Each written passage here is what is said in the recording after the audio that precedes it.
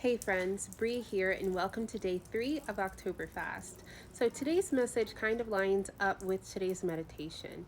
Society has put such an enormous pressure on us to be perfect, to have a certain look to be classified as a certain category, to have a certain amount of money to be in a certain sort of rank, right? To have a certain visual appearance, to be a certain weight, and that's why you're accepted or you will be accepted into certain areas, right? Well, that same kind of perfectionism and classifying ourselves in ways that the Lord never intended us to translates over into every aspect of our life.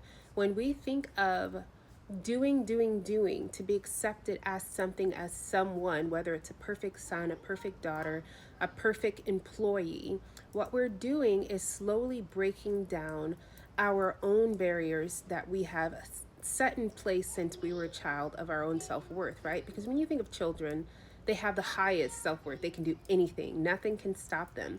But as we are chipped away at through society, through friends, through family, as we grow older, by the time we are up in it, we really need that self-confidence. It's just been drained away. Past relationships in any sort, relationship, friendship, businessship, it's just chipped that barrier away that was once protecting us from anybody telling us that we could not do anything, right? And so with today's message, I want you to say no to perfectionism. I want you to stop trying so hard, because what that looks like in even a relationship with God is, I mentioned today on the meditation, like you feel like, okay, Bria said it's a 30-day liquid fast, but maybe in your private time, the Lord has told you for whatever reason that, hey, you can have this, or hey, you can eat this, and you don't need to kill yourself or suffer unintentionally just because this is what the parameter of the fast was. But because you are so used to being perfect and you want to follow the rules, you want to do it the correct way, you instead maybe start to negate what the Holy Spirit is leaning you to, or negate what you feel. Oh, he said I could have this. I think I can have this. But Bria said that it's this, right? Now we have a certain just humanness in us that is like, oh, I know I'm not supposed to have this, but I really want this cookie, right? That's a little different. But if the Holy Spirit says, hey, today, enjoy that cookie, then that's between you and the Holy Spirit, okay? Don't let anybody put a limitation on you if God has imposed that limitation himself.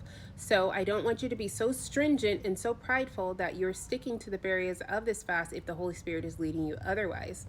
And on the same token, with that is perfectionism can be a great part of depression sometimes. And that's from, I know just from past relationships, it chips away at you because you begin to feel like you can't do anything right, not only in your life, not only for your partner, not only for your friends, but also for God. You're like, God, will I ever be enough? Am I ever going to be up where you need me, the standard where you need me to be? And he's not looking for that. He wants us to lean on his mercy and his grace.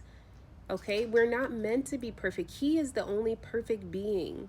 We are going to mess up, and that is why he sacrificed everything that he was, to make sure that we had enough grace and mercy to get past that, okay? So I want you to lean on your grace and mercy. And if you're in a place where you feel depressed because there's just nothing that you feel like you can get right, trust me, you are getting everything that you need to get right. And I come from a point where, what happens is the enemy tries to convince us that if we can't do anything right and everything is just going wrong, then why are we here? What do we need to be here on this earth for? And it's crazy when I stand here and make this video, because back when I was like 22, I tried to take my life, right? And can you imagine, I look back at that now at 35, and I'm like, I would not have had my beautiful children. I wouldn't have this promise of a new beginning, from the Lord. I wouldn't be on here speaking to you guys. And if I have been any motivation to you, or any inspiration to you, I wouldn't have been able to do that. I wouldn't have stepped into my destiny to do what the Lord has called me to do if I had succeeded.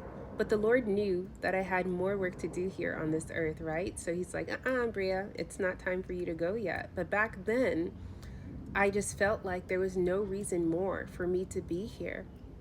And, it's by the grace of the Lord that he's kept me through a lot of things. So even if you're at that point where you're just thinking of giving it all up, know that in like a week, a day, a month, a year. There's somebody that needs you. There's so many people that need you. Every person that is brought to this earth has a calling on their lives. And if you call it quits, there are so many people that will not make it because you are not there to push them to where they need to be that catalyst that the Lord has called you to be, okay?